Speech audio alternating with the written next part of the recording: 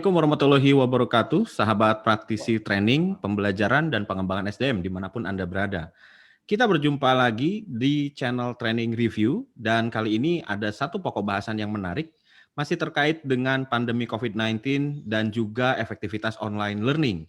Jadi ini dua pokok bahasan yang akan kita bahas sekaligus di topik di kesempatan kali ini. Dan bersama saya sudah hadir seorang trainer, seorang konsultan juga, seorang perencana keuangan juga ya yang sudah berpengalaman memberikan banyak sekali ilmunya untuk masyarakat, untuk pemerintahan, untuk BUMN, untuk berbagai macam organisasi. Pokoknya kita sapa langsung saja Mas Rain Lius Cahyanegara atau yang biasa disapa dengan Mas Rain. Assalamualaikum Mas Rain. Waalaikumsalam Kang. Gimana kabarnya? Sehat? Alhamdulillah sehat Kang di Depok. Gimana Kang di Bandung? Bandung zona merah. Tapi terus semangat Kang ya, terus belajar kita ya. Iya dong, nggak boleh berhenti. Justru waktu-waktu seperti begini harus kita manfaatkan buat persiapan. Karena kan biasanya habis resesi, habis krisis itu ada satu peluang yang tidak terduga-duga gitu Mas Rain. Kita udah siap di situ.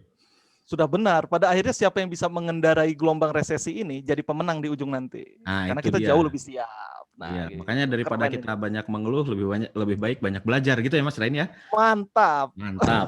Oke. Nah, ini pemirsa sekalian, teman-teman sekalian, para praktisi training ingin berkenalan sama Mas Rain. Sebenarnya Mas Rain ini siapa sih? Perencana keuangan itu kan ada nama-nama ya Safir Senduk misalnya, Ahmad Ghazali. Nah, ini Rain Lius ini siapa ya? Waduh, maaf nih, ini bercanda. Tapi benar, kadang-kala justru dari orang-orang itu kita belajar banyak. Dari Mas Safir Senduk, dari saya langsung belajar sama Mas Ahmad Ghazali juga. Bagaimana mereka membuat tentang keuangan itu menyenangkan. Jadi membuat perencanaan keuangan itu menyenangkan. Kadang-kala ngomong keuangan aja udah keriting dulu rambutnya ya. Nah kan, bikin males. Tapi kenyataannya adalah suka nggak suka, kalau kita tidak mengatur keuangan kita, kita yang diatur sama uang kita. Nah ketika posisinya kita sudah diatur, udah tuh bawaannya pusing aja. Makin liar gitu kan, ditambah lagi kondisi sekarang nih Kang, Masya Allah, luar biasa kondisi ini. Nah kalau misalnya perkenalan singkat sih, nama saya Rain Lius Cahyanegara, dipanggilnya Rain. Rain Hujan. Rain Hujan duit. Rain Hujan duit, nah itu dia. Masya Allah, semoga jadi hujan duit susah kan. Lalu latar belakang saya, background Kang, saya hampir 16 tahun di bidang keuangan, di profesional keuangan, mulai dari industri banking saya sempat di banking itu di Bangkok Bank, terus di BNI. Dari bank saya pindah ke industri telekomunikasi, salah satu anak usahanya Bakri. Saya ada di sana sempat. Lalu terakhir itu di masa terakhir dari 16 tahun itu saya di salah satu anak usahanya Trakindo, yaitu tambang batu bara. Sampai dengan tahun 2015 lah Kang, 2015. Tertarik dengan dunia pelatihan dari sekitar tahun 2013. Tertarik dengan dunia pelatihan sampai salah satu ceritanya itu ya qadarullah itu belajar sama Akang juga di tahun 2015. Makin dalam lagi, gali lagi gitu loh Kang. Bagaimana menyusun sebuah mulai belajar menyusun sebuah modul, bagaimana jadi menarik mendelivery, dan serunya Kang, ini adalah materi keuangan ini saya persiapkan itu dari tahun 2015. 2015 itu ketika saya memutuskan untuk masuk ke dunia pelatihan, modul ini saya create berdasarkan pengalaman situasi saat itu saya mengalami pengurangan tenaga kerja Kang di sebuah perusahaan. Saya kena istilahnya golden second atau apapun itu ya. Intinya kita berhenti kerja saat itu. Dengan kondisi istri saya itu mau melahirkan 4 bulan lagi gitu. Gimana cara akhirnya kan ternyata gini, coba kita atur deh, kita kelola. Nah, kita kelola, kita susun, lahirlah jujur modul ini. Dan modul ini awalnya dibawakan dengan offline, Kang. Dibawakan dengan offline starting tahun 2015 juga. Saat itu saat saya presentasikan kepada sebuah perusahaan tambang perusahaan tambang itu tertarik, Kang, untuk menjadikan program ini program CSR. Ini Kan biasanya materinya perencanaan keuangan ya? betul, perencanaan keuangan pastinya. Oke, Di titik itu. untuk usaha atau untuk pribadi? Kalau pada saat saya susun ini untuk keluarga pribadi. Untuk pribadi dan keluarga gitu ya? Pribadi dan keluarga. Oke. Di samping saya juga menangani beberapa UMKM saat ini juga konsultasi sama saya terkait perencanaan keuangan. Namun kalau misalnya dengan kondisi yang pandemi sekarang, modul ini cikal bakalnya nih 2015 dibawakan offline. Iya, saya dengar Mas Rain sebelum yang lain online, Mas Rain udah duluan online ya gitu. Iya, nah jadi modul offline ini pertama saya bawakan dulu lah, Kang. Saya dapat kontrak dari sebuah perusahaan tambang lah ya, sampai dengan tahun menjelang krisis, menjelang pandemi. Pas pandemi itu saya sebenarnya masih ada satu kegiatan lagi di Jambi, Kang, di Muara Bungo. Nah, tiba-tiba jebret kan pandemi itu, tiarap langsung, das. Dan kerasa banget semua sektor terkait pelatihan pendidikan saat itu tiarap lah bahasanya. Tiarap. Nah, Masya Allah saat itu qadarullah, jarak hanya sekitar 1 bulan, itu saya diajak duduk bareng sama teman saya, Mas, kita coba buat yuk program ini online yuk. Itu sekitar bulan Maret 2020. Di saat masih orang sibuk offline, online, masih berantem gitu ya. Masih kontroversi. Masih terjadi perdebatan lah. Iya. Seberapa efektif lah, apa gimana. Cuma saat itu saya sama teman, oke, why not gitu. Kita coba deh. Kita lempar ke publik gitu kan. Saat itu juga disupport dengan salah satu narasumbernya disupport itu moderatornya dari orang dari Kompas TV saat itu. Iya. Mbak Jihan, saya ingat Mbak Jihan. Udah tuh akhirnya kita coba lempar. Oh ternyata bisa ya.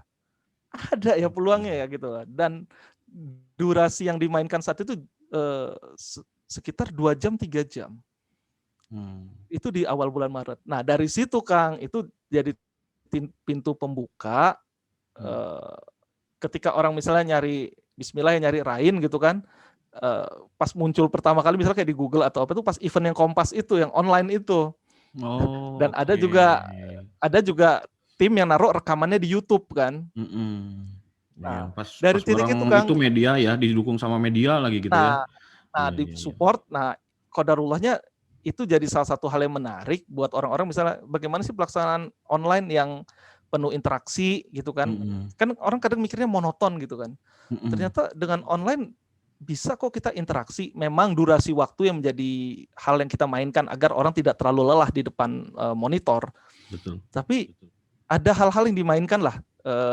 Interaksi, ada tugas, ini kan workshop ya. Program ini yang keuangan ini workshop. Jadi bagaimana membuat dari yang orang nggak bisa menjadi bisa. Bukan sekedar paham. Dari paham jadi bisa bahkan gitu loh, mampu untuk mengeksekusi gitu loh. Bukan webinar ya? Iya, bukan webinar. Jadi kalau memang nggak bisa dieksekusi nggak ada gunanya gitu loh. Kalau sekedar informasi aja nggak bisa ngasih manfaat. Nah ini ada daya dorong untuk orang coba mempraktekkan. Dan perkembangannya buat yang teman-teman, contoh nih, ada sebuah BUMN saat itu yang menggunakan jasa saya selama 3 hari saat itu. 3 hari. Jadi 3 batch. Per batchnya tuh 60 orang. Jadi 60 hari pertama, 60 hari kedua, 60 hari ketiga. Orang yang berbeda-beda. Nah, itu yang menarik adalah pada saat kita menampilkan materi, mereka rata-rata juga misalnya, oh saya sudah punya penghasilan sampingan Mas Rain, saya punya ini, gimana ngelolanya. Akhirnya ada perkembangan diskusi ke arah sana juga. Iya. Nah, jadi artinya konteks yang didiskusikan di offline dengan di online sebenarnya sama aja ya Mas Rain ya? Sama. Yang menjadi tantangan adalah memang para pesertanya ini idealnya memiliki willingness ya, memiliki keinginan yang kuat. Nah, faktor keinginan yang kuat itu ada bisa 2 tuh, dipaksa dari luar atau memang dari dalam. Iya benar. Nah, kalau misalnya kita lihat di BUMN ya otomatis kan mungkin faktor dari dalam dan dari luar itu memang masuk gitu ya. Nah, akhirnya mereka memang ini ada tugas, dilanjut dengan pendampingan, Kang. Nah, yang pentingnya yang sesuai dengan taruhlah ya, yang Trainindo juga susun program, contohnya Kang yang saya belajar dari Trainindo adalah setelah training itu nggak dilepas, tapi ada fase istilahnya pendalaman, Sekitar Oke. 1 minggu mereka bisa bertanya kepada kita bagaimana mereka menerapkan itu dalam lingkungan kerja atau dalam lingkungan kehidupan mereka. Bisa Hmm. dengan Japri, kalau saya Kang ya kan ini kan pengelolaan keuangan pribadi. Kalau di Mm-mm. grup malu Japri gitu. Oh, oke. Udah Japri, Iya, iya, iya, iya, Japri, iya. Japri terus dan pada saat selesai training memang kami berikan tools Kang. Saya kasih tools, ada tools berupa Excel, Mm-mm. file Excel, terus juga ada tabel-tabel yang mereka lengkapin gitu loh. Hmm. Kerennya memang sih tantangan sih ke depan ini saya juga sama tim lagi pikirkan untuk menghadirkan sebuah aplikasi yang ringan, Ya, yang aplikasi light. ini di Android begitu, bukan? Android betul, Oh, pengelolaan Android. Oke. keuangan walaupun sudah banyak tapi kita pengen buat yang lebih light, lebih ringan. Mm. Itu lagi saya coba dengan tim lagi coba siapkan saat ini. Lagi berjalan Oh, sudah sekitar 2 bulan lah persiapannya.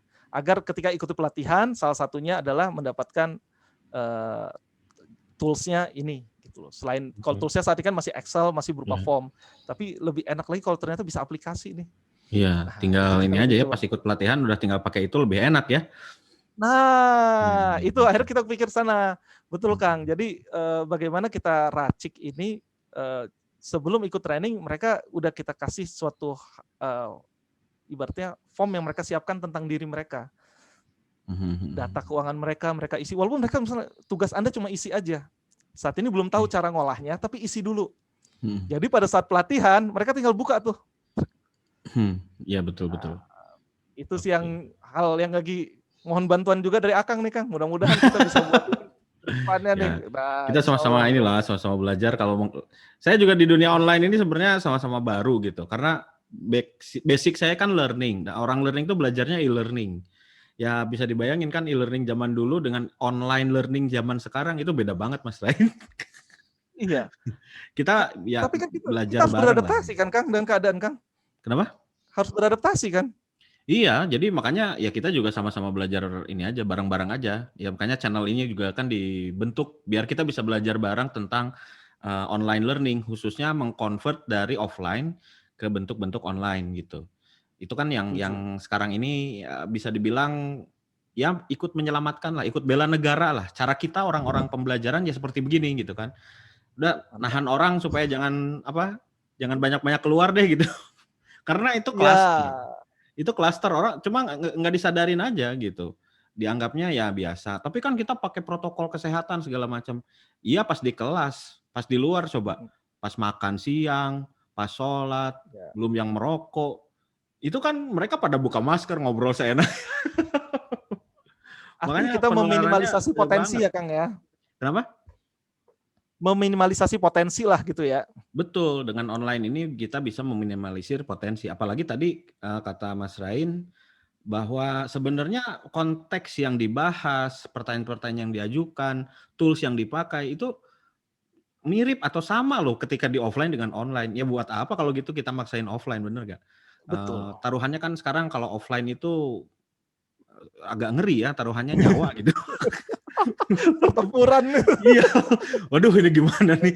Ini udah keluar rumah, udah siap-siap mau ini aja. Jangan-jangan giliran saya. Hanya ya intinya goalnya tetap proses development jalan terus. Iya. Tingkat produktivitas juga dari sisi pekerjaan juga terus membaik dan meningkat menyesuaikan dengan kondisi sekarang. Dan Oke. salah satu yang mempengaruhi produktivitas pekerjaan adalah ketika nggak bisa ngelola keuangan itu ngaruh Kang sama produktivitas Kang. Oke. Nah, sekarang gini Mas Rain, kita pengen tahu dong ya, teman-teman pemirsa juga pengen tahu program Mas Rain tuh seperti apa sih gitu ya. Jadi mungkin yang ada di yang selama ini banyak dialami oleh orang lain itu kan perencanaan keuangan, pelatihan-pelatihan bentuknya offline, ya, tatap muka langsung. Nah, Ya. program online learning yang Mas Rain pernah bawakan atau misalkan hari ini juga masih bisa diakses begitu, akan diadakan lagi atau mau diselenggarakan di perusahaan-perusahaan itu seperti apa? Boleh di-share Mas Rain? Oke, boleh ya. Ini saya coba share file gambaran umum lah ya, semacam proposal nih. Izin sebentar Kang.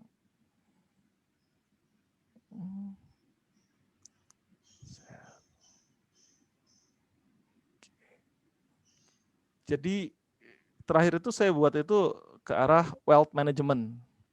Wealth wealth, kesejahteraan. kesejahteraan, wealth management.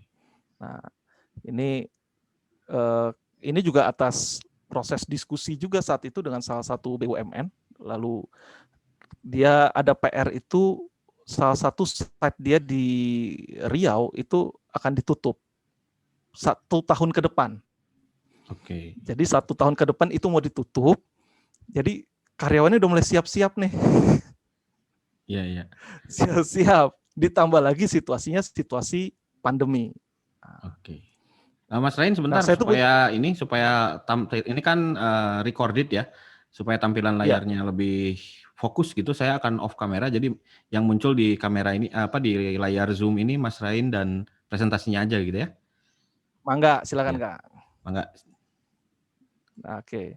Tagline utamanya sih kita tadi yang saya sampaikan ke Kang Isman juga, aturlah uangmu sebelum dia mengaturmu gitu.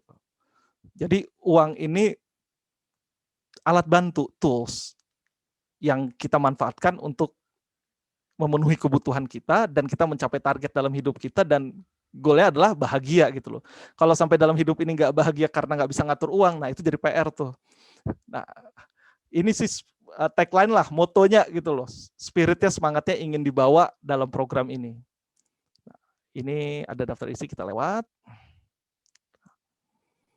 Jadi latar belakang itu produktivitas kerja dipengaruhi kondisi pribadi karyawan. Salah satunya adalah keuangan. Nah, bukan dari besarnya penghasilan. Salah satu faktor yang menjadi utama itu adalah mampu atau belum mengelola sumber keuangan yang ada. Begini teman-teman semua, pada saat offline dulu, sebuah perusahaan tambang batu bara itu tertarik untuk program ini menjadi CSR, datang ke site-site mereka yang ada di Aceh, Kalimantan Timur, Kalimantan Utara, sampai perbatasan Malaysia saat itu, dan Kalimantan Selatan. Yang menjadi isu salah satu yang menarik adalah gaji para operator di tambang itu nilainya cukup besar saat itu, namun nggak sedikit, bahkan banyak yang kondisi kehidupan ekonominya itu nggak bagus, bahkan terjerat lintah darat. Nah, itu sih pada saat misi di offline. Lalu dengan kondisi sekarang, nggak jauh beda, cuma kemasannya kita buat nih, dengan kondisi pandemi sekarang ini, banyak orang yang satu, kehilangan pekerjaan.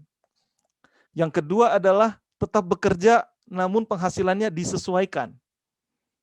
Ada yang dipotong separuh lah, dipotong 1/4.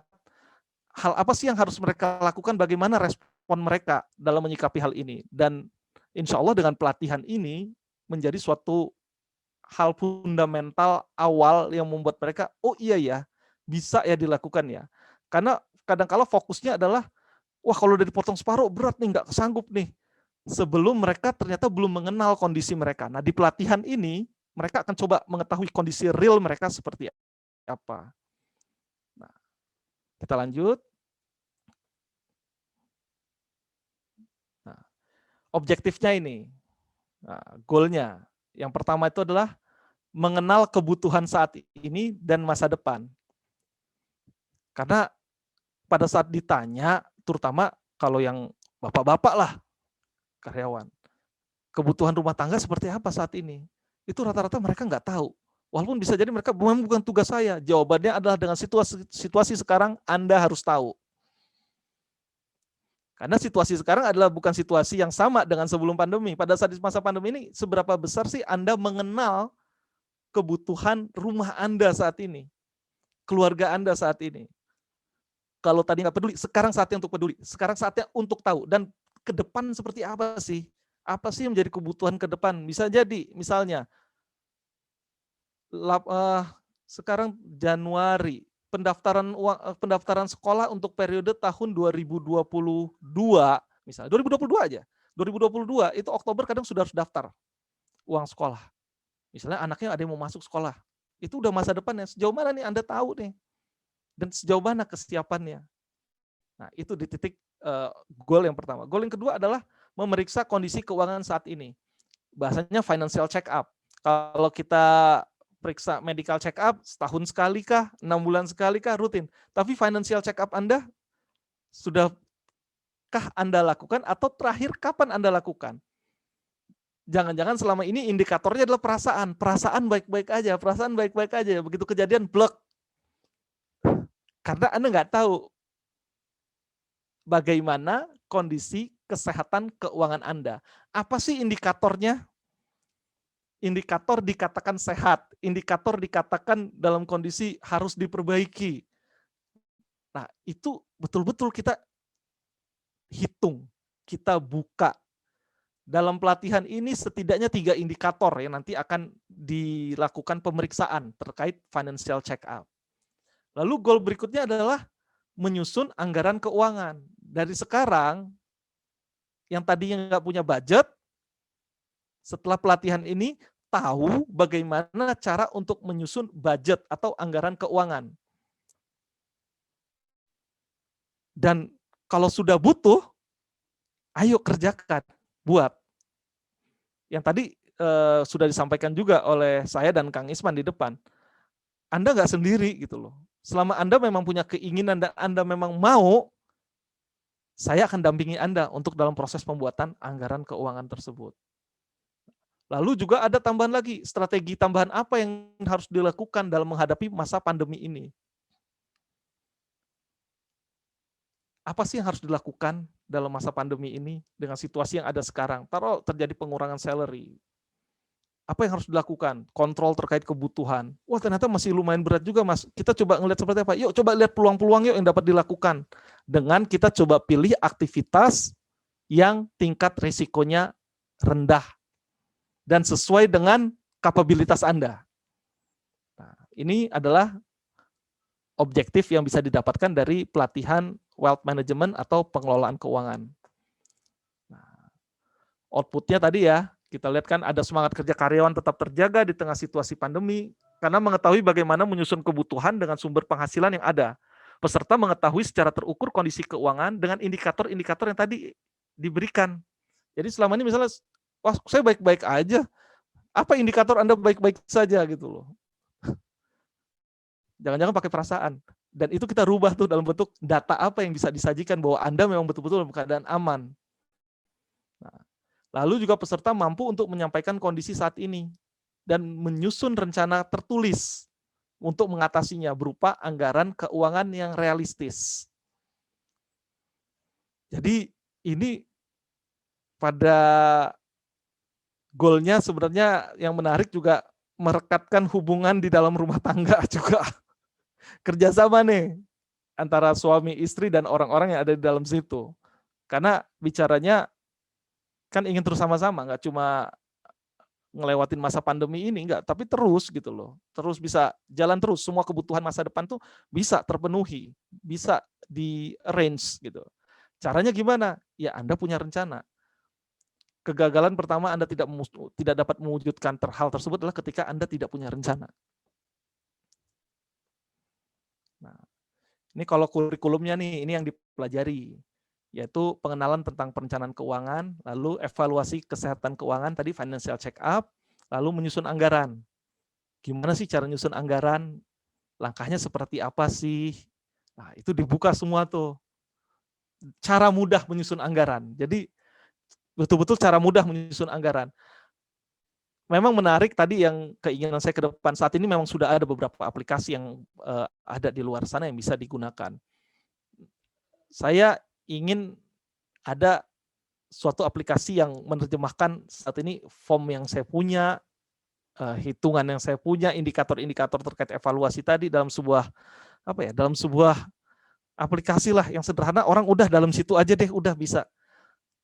Saat ini memang ada file yang saya akan share kepada para peserta, lalu nanti dalam waktu 1 minggu sampai dengan 1 bulan akan dimonitoring bersama-sama. Jadi kalau hal keuangan ini hal yang sensitif buat pribadi orang, mereka bisa langsung japri ke saya.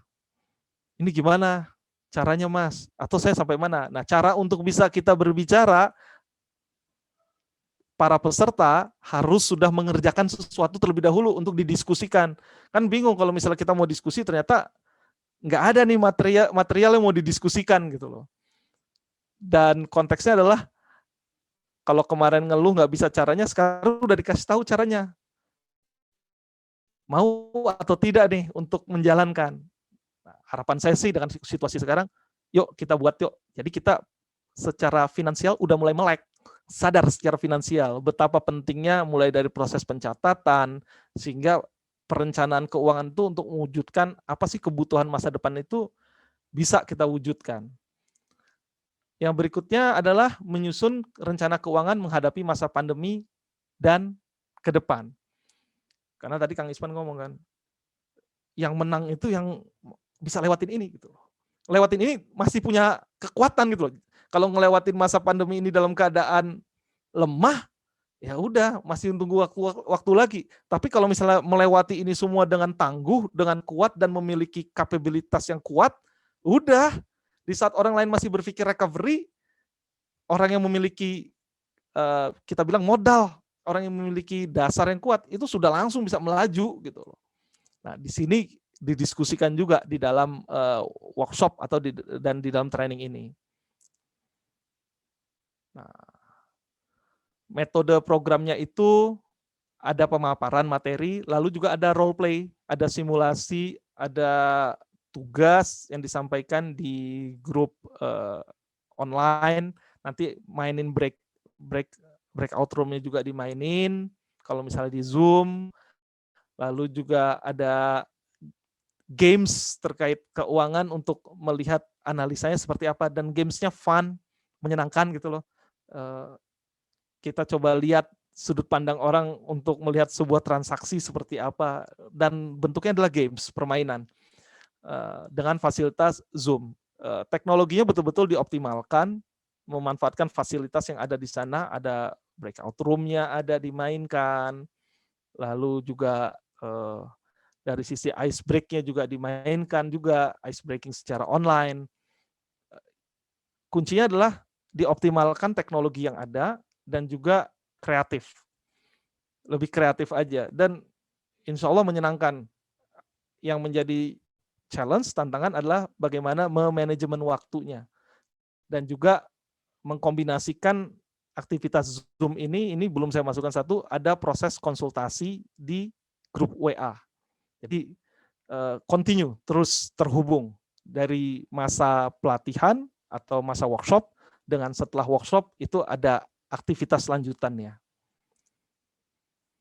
Nah, ini pelatihan ditujukan untuk karyawan, customer, dan juga untuk masyarakat. Ini memang betul aktivitas online ini alhamdulillah udah terlaksana di beberapa BUMN, lalu juga komunitas-komunitas, dengan izin Allah alhamdulillah ada sekitar 3 atau 4 komunitas yang saat ini sudah melalui pelatihan ini. Lalu juga untuk publik, di titik awal tadi yang saya cerita dengan Kang Isman, di bulan Maret itu justru kita lempar ke publik. Orang juga pada awalnya ini apa, ya udah join aja dulu, lihat dulu deh gitu kan. Memang pada saat itu peserta nggak terlalu banyak, Kang, sekitar 50 orang saat itu.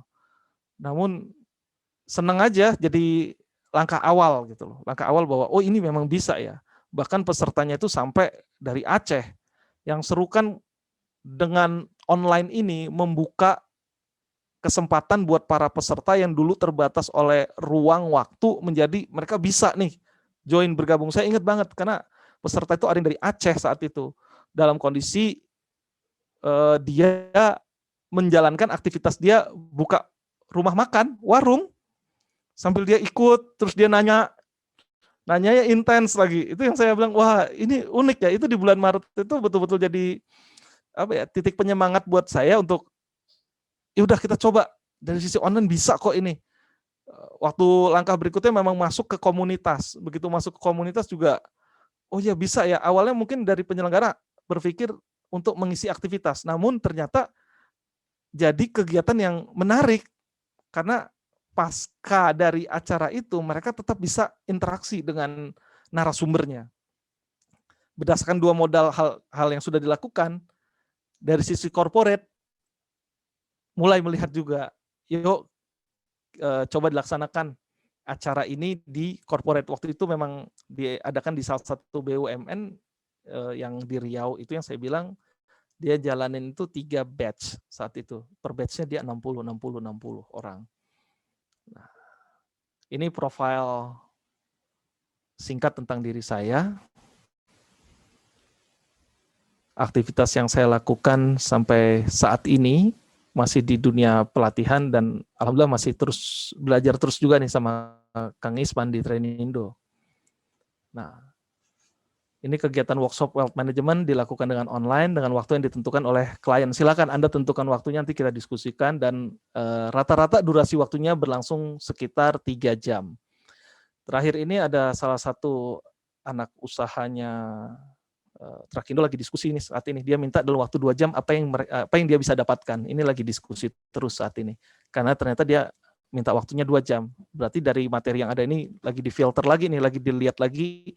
Oh, saya batasannya sampai sini nih, goalnya yang ini gitu. Lagi didiskusikan saat ini. Nah, ini sih singkatnya Kang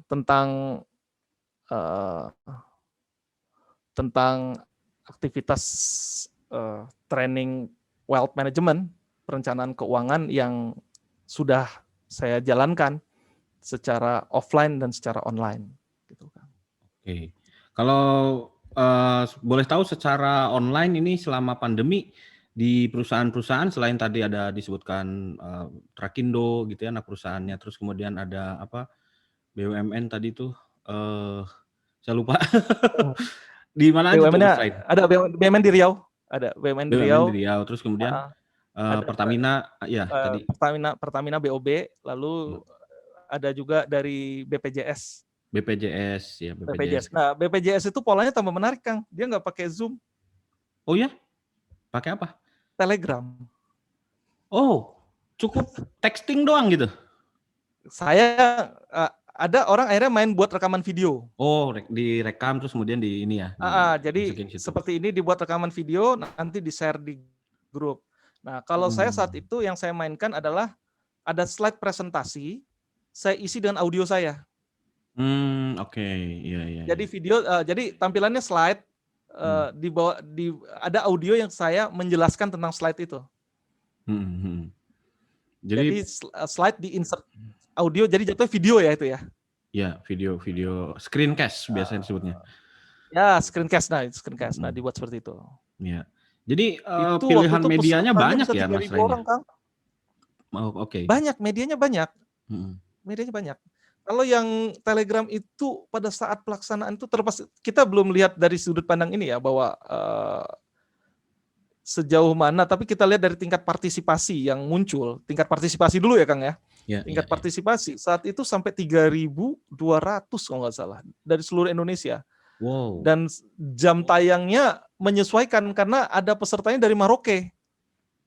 Oke. Iya. Dari Maroke. Jadi acara itu dimulai sekitar habis maghrib lah, jam 18.45 waktu Indonesia bagian barat. Ya, kalau di Maroke dan sesi berarti interaksi tanya jawabnya 2 jam, 2 jam. 8:30 di sana hampir. 2 jam. Iya. Kebayang. Orang lain udah ngantuk-ngantuk itu.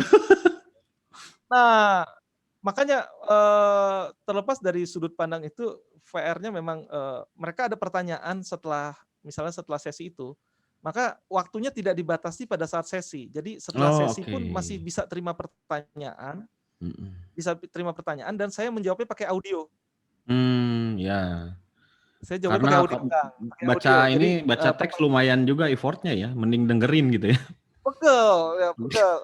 Pegel. Jadi saya cuma sebutin tuh pertanyaan dari Bapak Isman gitu kan, di Maroke. Pertanyaannya adalah seperti ini. Nah, bismillah jawaban saya adalah ini. Langsung disebar semua jawabannya. Oke. Jadi itu orang kalau misalkan udah sesinya udah habis, saya udah ngantuk misalnya, nanyanya mau nanti subuh itu bisa ya Mas Rain ya? Iya, bisa. Ya. Dibatasin sampai dengan misalnya waktu jam 5 sore besoknya. Sampai pukul 17.00 waktu Indonesia bagian barat. Jadi misalnya yang di Indonesia bagian timur, wah saya ketiduran, udah dia dengerin tuh materinya. Materi audionya dia dengerin tuh. Sambil dia lihat slide-nya, oh artinya gini ya, penjelasannya gini ya. Oh saya mau nanya ini, nanti dia akan kirim tuh pertanyaan ke admin, biasanya ke admin bahwa admin saya mau tanya dong seperti ini, tolong sampaikan ke narasumber, nanti dikirim ke narasumber akan jawab. Nah itu salah satu tools yang bisa dimainkan. Iya. Ya, jadi tantangan buat semuanya nih. Kalau misalnya kita bilang dari sisi Pusdiklat atau IO, lalu juga untuk para pengisinya juga, trainer kah, langsung guru kah, termasuk guru nih misalnya kita bilang. Dengan kondisi sekarang itu bermain dengan teknologi, menguasai teknologi, mengoptimalkan semua resources yang ada agar value-nya bisa sampai nih, goal-nya bisa sampai nih. Nah, penyajiannya seperti apa yang menarik dan kondisi yang sekarang, tuntutannya para pengajar pun harus mau belajar. Yes, betul. Dan ini benar-benar satu orkestrasi yang harus kompak gitu ya. Betul. Trainernya udah menguasai, IO-nya ternyata enggak. Nah, IO dan trainer sudah bisa bekerja sama, sudah bagus programnya. Pihak manajemen dari Pusdiklatnya tidak memfasilitasi misalnya. Terus pesertanya udah pada mau, manajemen Pusdiklat udah oke, decision maker yang lebih atas lagi tiba-tiba menyatakan tidak efektif katanya begitu. ya, Ya, menjadi ya ini perlu ya semuanya harus bergerak. Kalau enggak ya kita terus-terusan begini dan efeknya kan nggak main-main gitu ya. Angka penyebaran COVID itu efeknya gitu loh. Hari ini kan sudah sampai 1 juta lebih, Mas Rain. ya 1.015.000 kalau posisi kemarin. 1.015.000 gitu, udah luar biasa. Dan Jawa Barat itu penyumbang yang cukup besar ternyata. Iya, itu kalau misalnya kita lihat fakta yang ada seperti itu, bahwa inilah situasi yang ada. Hanya kan Allah, kalau bahasa agama itu gimana ya? Allah itu kan kasih kita fatonah gitu ya, kecerdasan ya, Betul. untuk melihat ini semua pasti ada jalan keluar kok, menghasilkan hal-hal baru gitu loh, yang lebih efektif, lebih efisien. Bahkan kalau dari sisi cost, nah sekarang kita balik lagi sisi cost gitu kan. Kalau Sisi orang finance cost, pasti ke situ larinya. iya.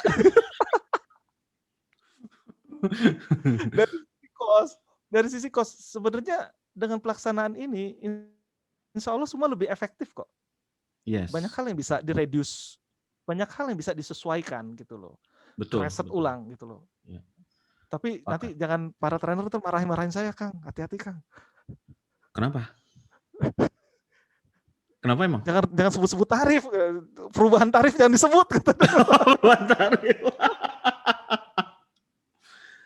Enggak, maksudnya gini, kemarin tuh sempat ada diskusi soal itu. Jadi kan katanya kalau online itu istilahnya tuh berkurangnya sampai setengahnya katanya begitu. Bahkan ada yang nggak masuk akal banget, dari biasanya katakanlah 50 juta jadi hanya 15 juta, itu kan sepertiganya gitu ya. Ya. Nah, memang harus begini juga, ketika kita meng-convert offline ke online, yang harus dipertimbangkan itu adalah hal-hal yang memang proporsional aja gitu. Kayak misalnya udah nggak ada biaya untuk hotel, udah nggak ada biaya untuk perjalanan. Nah, kalau misalkan effort mengajar kan tetap, Mas Rain. Nah, Ya kan? itu kita perlu mengedukasi lagi juga kepada Pusdiklat itu. Pusdiklat di sana. Karena jujur challenge-nya lebih berat satu sisi. Challenge-nya lebih berat gitu loh. Dia. Challenge-nya lebih berat. Gimana suka nggak suka, taruh misalnya tetap dengan situasi kita bilang angka yang sama, tingkat pelayanan harus lebih bervariasi. Nah, itu. Tingkat pelayanan bervariasi. Misalnya saya nggak mau ngerubah angka saya gitu.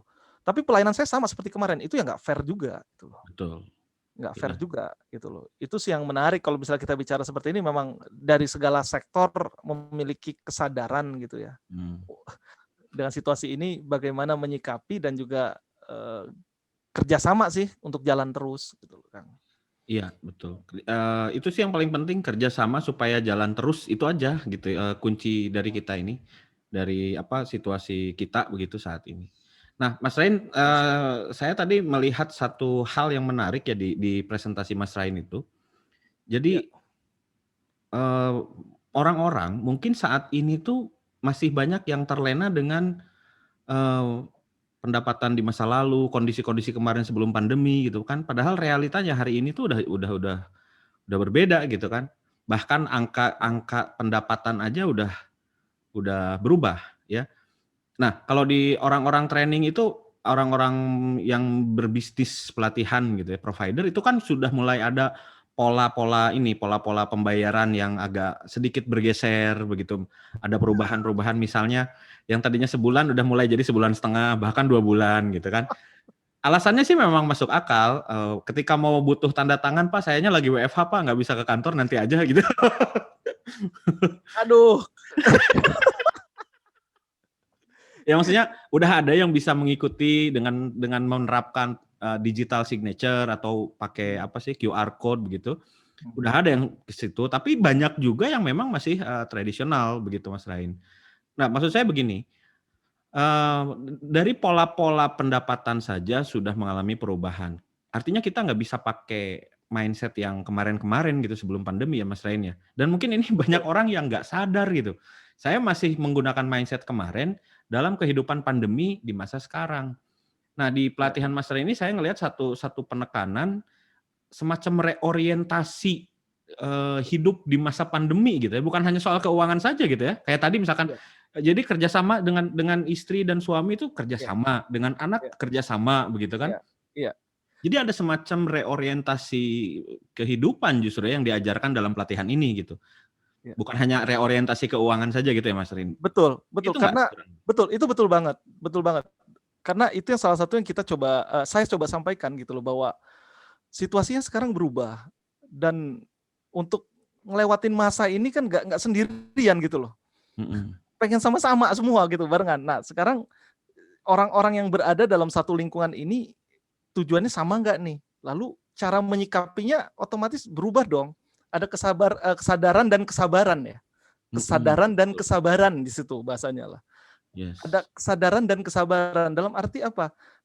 Akan banyak keinginan-keinginan yang mungkin belum bisa terwujud saat ini.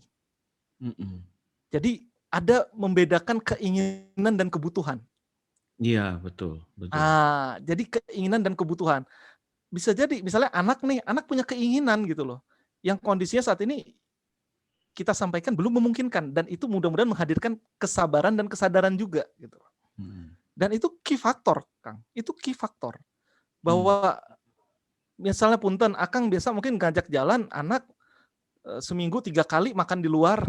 Dan kondisi sekarang bisa jadi nggak sama sekali gitu kan. Masih di luar teras. Disuapin sama itu Kang ya, kolam renang ya, kolam renang jebur.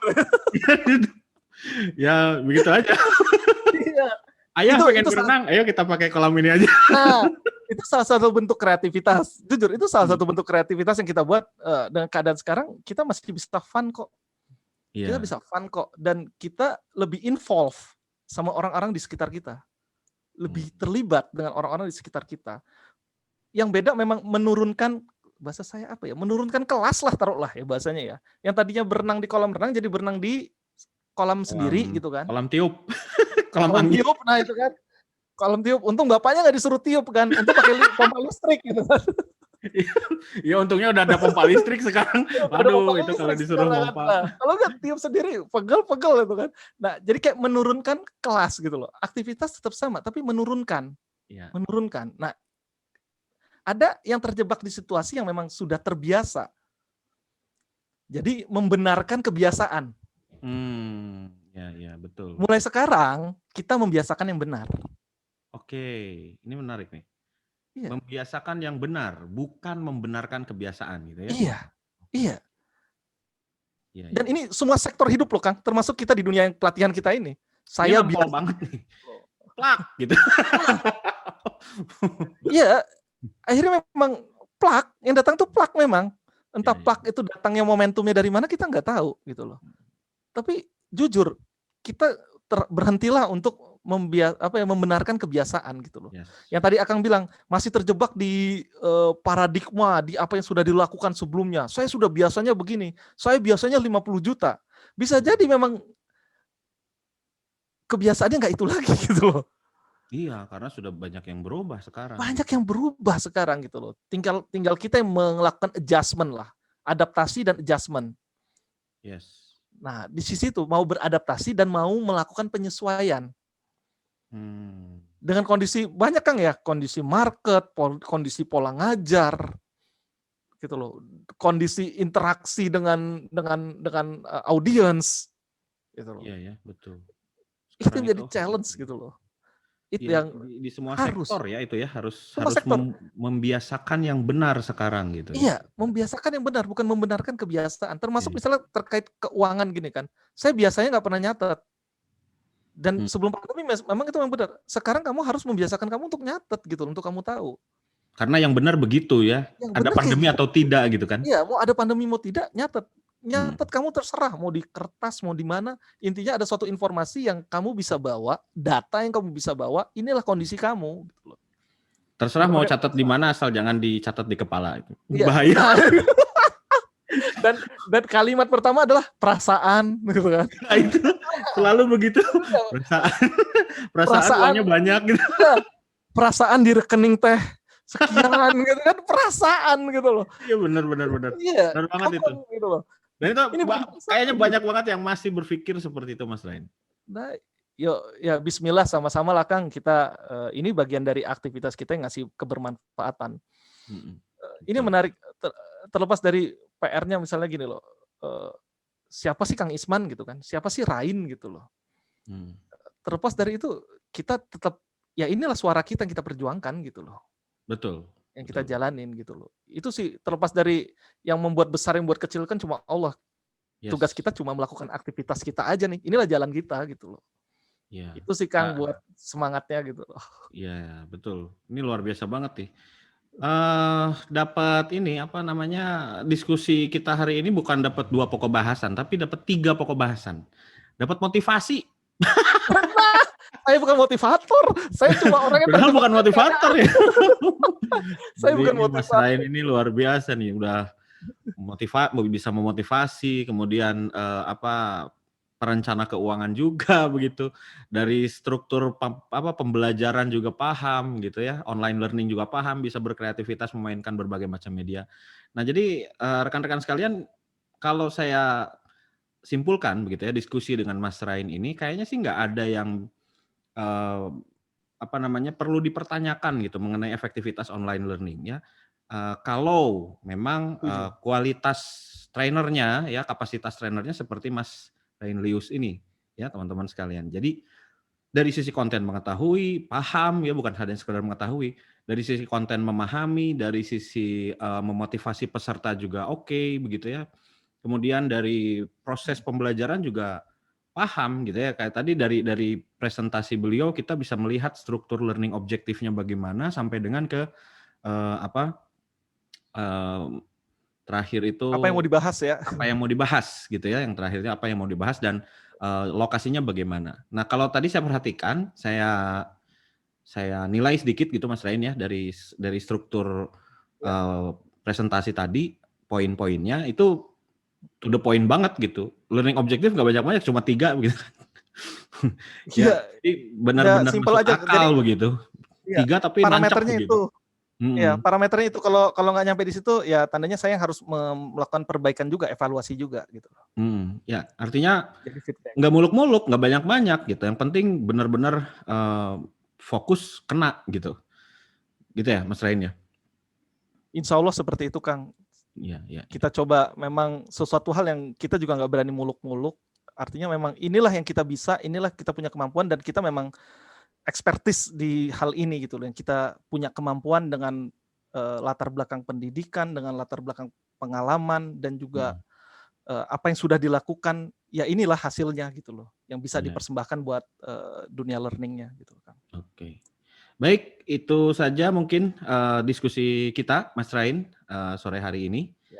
Terima kasih banyak atas waktunya dan kayaknya kita mesti bikin satu kelas online bareng gitu ya, dengan kemarin saya interview Dokter Gigi Riri begitu, beliau juga sama seorang trainer yang lebih banyak ke aspek menangani aspek psikologis ya, terutama dari para nakes. Beliau juga menyampaikan fakta-fakta yang cukup mencengangkan lah gitu ya, tentang keadaan COVID-19. Terus kemudian pentingnya melakukan stress relief, kemudian mengelola kecemasan gitu. Nah, jadi bukan hanya mengelola kecemasan ya, mengelola keuangan juga di masa sekarang. Intinya barangkali kita perlu bikin satu kelas besar yang massal, yang kolosal begitu, tentang reorientasi kehidupan di masa pandemi. Bagaimana kita bekerja, bagaimana kita kelola keuangan, bagaimana kita kelola perasaan gitu ya, kelola diri, terus bagaimana kita belajar secara online. Semua aspek harus kita bahas di situ sehingga jadi sesuatu yang utuh gitu buat masyarakat gitu. Wah, itu jadi paket ini, Kang. Jadi paket Jadi lengkap, one webinar stop 1 hari gitu. ya, one Webinar stop dulu solution. aja, Ya, sejam-sejam begitu. betul. Topiknya yang kayak tadi gitu Mas Rain. Iya, one stop solution itu One stop untuk orang. solution. Iya, one stop solution. Iya, Artinya membuka suatu paradigma, suatu apa ya, suatu ruang untuk mereka bisa bertanya. Intinya itu. betul. Buat Betul. komunitas itu, untuk masyarakat bisa bertanya, suatu ruang yang komunikatif lah gitu loh, Kang. Iya. Intinya sih kalau Karena memang itu bisa terwujud, keren tuh. ya, karena saya berpikir gini Mas Rain, hari ini mungkin bukan orang itu mungkin nggak bandel gitu ya. Apalagi kita kenal orang Indonesia itu kan baik-baik, kita sopan-sopan, ramah-ramah, nggak suka menentang gitu kan. Bedalah dengan orang Amerika gitu loh orang Iya. Indonesia itu. Nah hari ini tuh orang Indonesia tuh bukan bandel, cuma mereka mindsetnya belum berubah. Iya. Satu. Dan ruang untuk membuka mindset itu sedikit sekali begitu loh. Iya. Ya kan, ya misalkan kayak tadi Mas Rain 3.200, oke itu banyak, tapi dibanding dengan jumlah masyarakat Indonesia yang ratusan juta, itu kan juga masih artinya peluangnya Iya. masih gede yang harus yang harus dirangkul gitu loh Mas Rain. Iya, betul. Ya. Dan kalau memang usul Kang, nanti suatu program itu bisa menjadi suatu program yang masuk ke pemerintah gitu ya, maksudnya apakah dari masuk ke provinsi atau apa. Jadi bagian memang meningkatkan kesadaran masyarakat gitu loh. Betul, Bahwa tadi yang kata Akang bilang, tantangannya sekarang udah 1.015.000 orang nih Mas Rain gitu kan. betul. Lalu upaya apa nih yang bisa dilakukan nih, tingkat kesadaran seperti apa yang kita bisa lakukan? Terlepas dari selalu dikampanyekan tentang bahaya, tapi Nah, ada satu iya. sudut pandang lagi yang ada, oh begini ya caranya ngelakuin ya? Yes, itu dia. Mindset-nya kebuka dulu, tahu caranya gitu kan. Ya mungkin barangkali hari ini tuh masih banyak juga yang belum bisa menggunakan Zoom begitu kan ya. Ya, Bukannya mereka bandel, tapi emang nggak tahu caranya dan kayaknya ruang untuk ke sana itu sedikit. Ya bayangin aja sekarang gini, angka angka jumlah, yang terpapar Covid itu 1 juta. Yang sudah berhasil mindset-nya diubah oleh Mas Rain itu baru 3.200. Itu kan udah jomplang banget itu, ngejarnya gimana kalau nggak kita bareng-bareng gitu Mas Rain ya, bener nggak? ya betul, betul. Saat ini juga jujur sih memang jadi tantangan buat kita Mhm, orang-orang pelaku inilah, pelaku di dunia pelatihan, pendidikan, yes, mindset kita dengan kondisi sekarang, apa sih misi kita gitu loh. Apa betul, sih yang harus kita bisa lakukan terlepas dari, oke jujur kita punya kebutuhan, iya kita punya kebutuhan. Namun ada suatu tantangan juga yang ada satu nilai yang bisa kita perjuangkan bersama kok gitu loh. Ya betul, itu tadi ada programnya tadi yang Akang bilang, ini bisa nggak Mas kita, ini ada dari stress management, ini ada dari financial management gitu misalkan, ini mhm, dari ini. Dan tolong Mas Rain disampaikan dalam bahasa yang sangat sederhana. nah itu Bisa yang jadi penting pesannya Mas, itu kan, ya. dalam bahasa yang sederhana yang betul-betul ibaratnya gini, orang yang nggak bisa baca pun denger ini ngerti. Nah, iya. Nah, itu Dan kan ada media kan, nanti ini ya Mas Rain, media nggak harus pakai Zoom kan, kita bikin beberapa ya versi gitu, versi betul. video, versi Ya, pesan Telegram, pesan WhatsApp gitu, betul. ya, Betul, mhm, itu kita buat semua, bahasanya semua platform lah bahasanya gitu ya. yes, ya, Semua platform bisa dimainkan. Yang penting itu adalah kita menyusun, bahasa Akang tuh mungkin suatu konten yang memang fleksibel. iya iya iya, Konten yang fleksibel ketika dimainkan di media apapun, tingkat convert-nya tuh sangat ringan gitu loh, iya penyesuaiannya. iya iya, Karena secara masternya, secara pokoknya dia ini memang, fleksibel gitu loh. Nah, itu yang saya bilang, "Ah, ini bisa kok kalau kita mau." Ya contohnya tadi kan yang saya bilang, saya main di Telegram, jenis konten ini bisa ditarik ke WA gitu loh, Kang. betul betul, Bisa tarik ke WA, terus bisa kalau mau, per slide-nya yang 5 menit itu dijadiin podcast, udah jadiin mhm, podcast, tampil di Facebook, tampil di betul, Instagram gitu iya, misalnya. Itu karena memang, kontennya itu tingkat fleksibilitasnya tinggi untuk, tinggi, media apapun, convert-nya cepet gitu loh. Nah, itu yang jadi mungkin kita ke depannya kita bisa diskusi ke arah sana gitu. iya. Ya, sepertinya kita harus ngopi-ngopi bareng lagi nih, tapi ngopi dari masing-masing aja dari rumah. Nggak kerasa udah sejam ya. Iya sejam. Iya, udah sejam. Memang Allah. kalau mendiskusikan ide-ide menarik itu pasti nggak akan nggak akan terasa lah hal-hal yang Ya. menarik untuk didiskusikan itu. Tapi waktu juga yang harus membatasi kita, teman-teman sekalian, dan nanti kita akan update lagi perkembangannya mengenai rencana-rencana yang seperti tadi sudah sempat saya diskusikan dengan Mas Rain. Anda nantikan saja seperti apa programnya, begitu. Mudah-mudahan bisa segera terrealisasi, begitu Mas Rain ya? Insya Allah dan izin Allah bisa. Baik, barangkali ada pesan-pesan yang mau terakhir begitu? Kayak mau kemana aja. Jangan terakhir lah. Yang penutup. Nah, penutup. Nah, itu suka kalau buat penutup masyarakat terakhir. gitu loh. Silakan Mas Lain. Buat teman-teman semua, yang ingin saya sampaikan adalah situasi ini, yuk kita lebih kreatif, kita tetap melakukan terobosan-terobosan, dan selama kita tahu nih tujuannya, sekali lagi tujuannya ya, saya yakin masing-masing punya tujuan, target lah. Kalau misalnya perusahaan ada KPI lah gitu loh. Yuk, ini tidak membatasi situasi sekarang. Yang diminta sekarang adalah lebih kreatif, lebih optimal, dan open mind. Open mind, ya itu yang penting ya. Open mind. Open mind mau mendengarkan dan memiliki kesadaran bahwa ini nggak bisa kita sendiri. Tapi gimana kita berkolaborasi ke depan untuk mewujudkan target-target. Kang Isman punya target, saya punya target, bapak-bapak di Pusdiklat punya target, ibu-ibu di Pusdiklat punya target.